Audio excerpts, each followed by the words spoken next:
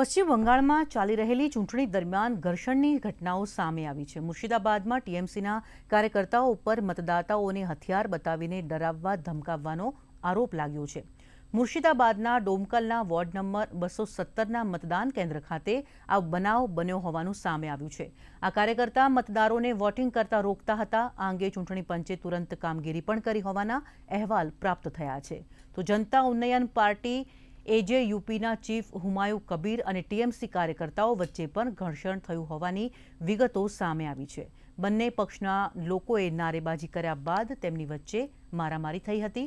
તો બારોકદલી અને કૂચબિહારના તુફાનગંજમાં પણ મતદાતાઓને ધમકાવવાની ઘટના સામે આવી।